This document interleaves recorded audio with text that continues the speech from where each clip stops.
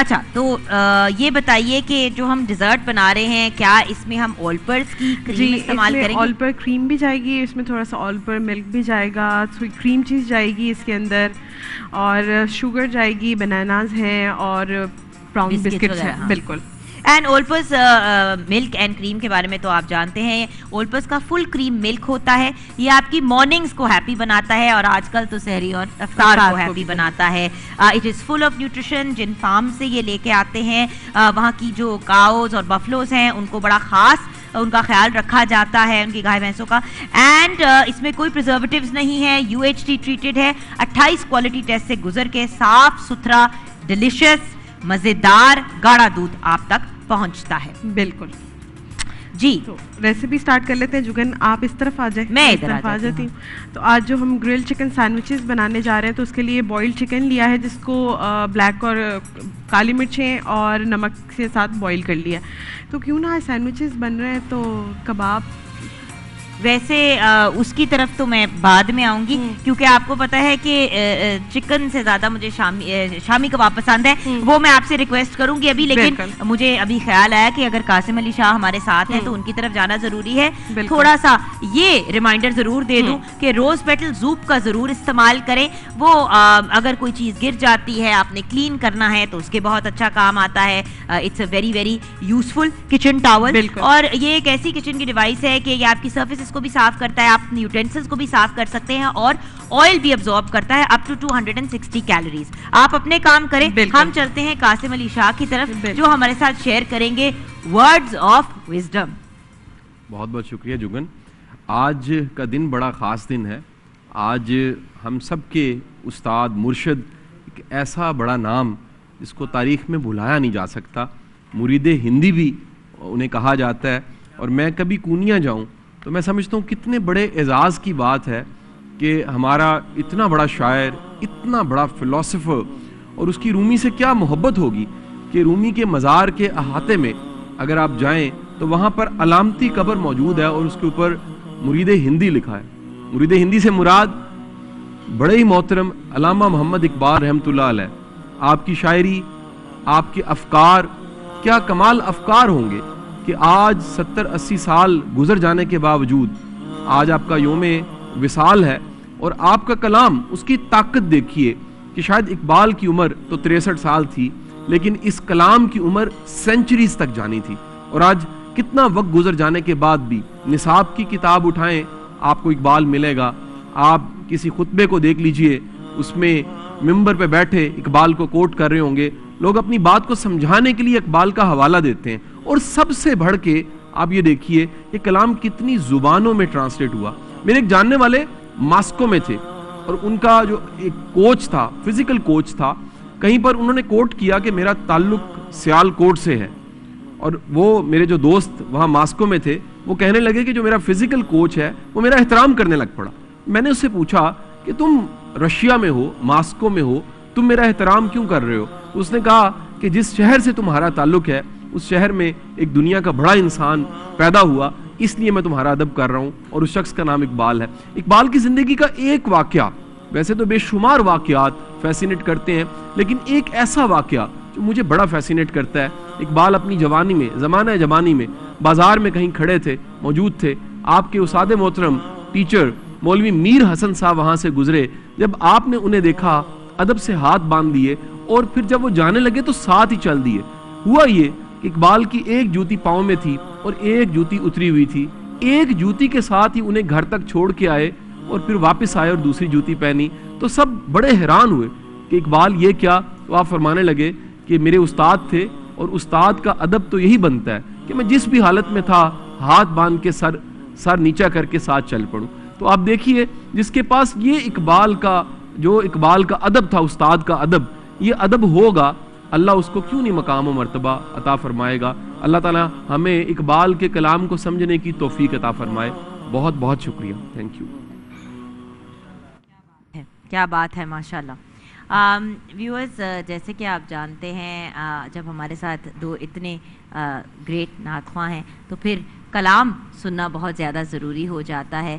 تو شہباز بھائی آپ سے ریکویسٹ کریں گے کہ کچھ کلام پیش کریں. کیونکہ ہمارے بھی استاد محترم قاسم علی شاہ صاحب تشریف فرما ہیں، تو آج علامہ صاحب کا دن ہے، تو میں چاہ رہا ہوں علامہ صاحب کی ایک بہت مشہور کلام دیار عشق میں اپنا مقام پیدا کریں، اس کے 2-3 اشعار پیش کریں۔ دیار عشق میں اپنا مقام پیدا کر،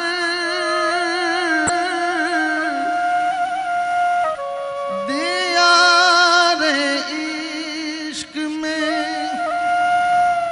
دیار عشق میں اپنا مقام پیدا کر، نیا زمانہ نئے صبح و شام پیدا کر، نیا زمانہ نئے صبح و شام پیدا کر، دیار عشق میں خدا اگر دل فطرت شناس دے تجھ کو، سکوت لالاؤ گل سے کلام پیدا کر، دیار عشق میں اپنا